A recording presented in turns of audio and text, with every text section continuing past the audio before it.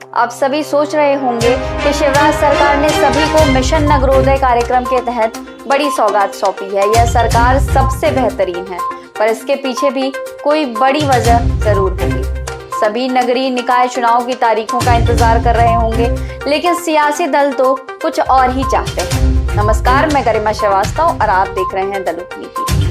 Corona काल के दौरान मध्य प्रदेश में उपचुनाव कराए गए, पर विधानसभा सत्र को पूर्व में टाला गया था। सरकार ने कोरोना का हवाला देकर विधानसभा सत्र को तो टाल दिया था।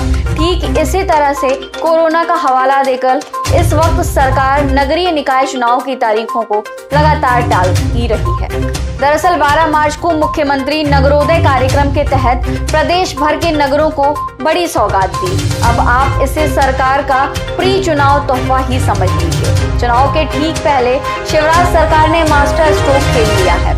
कहीं ना कहीं आप यह कह सकते हैं कि चुनाव से पहले यह प्री गिफ्ट देने का कार्यक्रम इसलिए किया जा रहा है क्योंकि इन्हें भी बदले में आप सभी से कुछ ना कुछ चाहिए।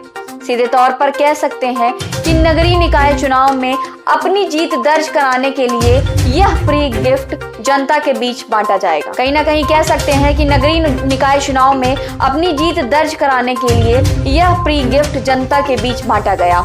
नगरोदय कार्यक्रम के माध्यम से 3100 करोड़ रुपए के विकास कार्यों का खाका अलग अलग योजनाओं के लिए रखा गया है।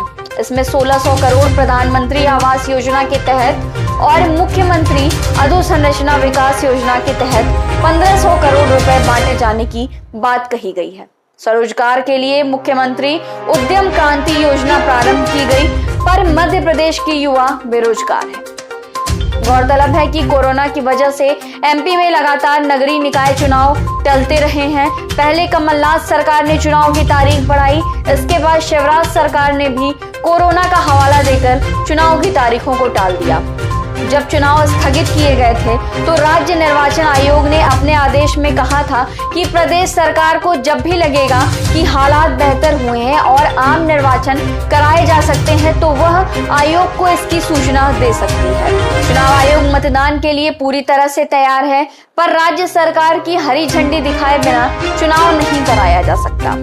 कहीं ना कहीं यह भी लग रहा है कि बीजेपी के लिए बंगाल चुनाव ज्यादा महत्वपूर्ण है। मुख्यमंत्री शिवराज सिंह चौहान, गृह मंत्री नरोत्तम मिश्रा, मंत्री फग्गन सिंह कुलस्ते, चिकित्सा शिक्षा मंत्री विश्वास सारंग और सहकारिता मंत्री अरविंद भदौरिया बंगाल चुनाव में स्टार प्रचारक हैं। और यही वजह है कि मध्य प्रदेश में नगरीय निकाय चुनाव को 3-4 माह तक के लिए टाला जा सकता है। एमपी में लोगों के बीच गिफ्ट बांटा जा रहा है। अब ऐसे में लगता है कि चुनाव जितनी जल्दी हो जाए उतना अच्छा है, नहीं तो मध्य प्रदेश में इतने घोटाले, माफिया और अपराध बढ़ते जा रहे हैं कि क्या पता सरकार का मास्टर स्ट्रोक कभी भी फेल हो जाए। यह सौगात सरकार का बड़ा मास्टर स्ट्रोक है जनता को लुभाने का। फिलहाल खबरों में सिर्फ इतना ही। देखते रहिए द लोक नीति।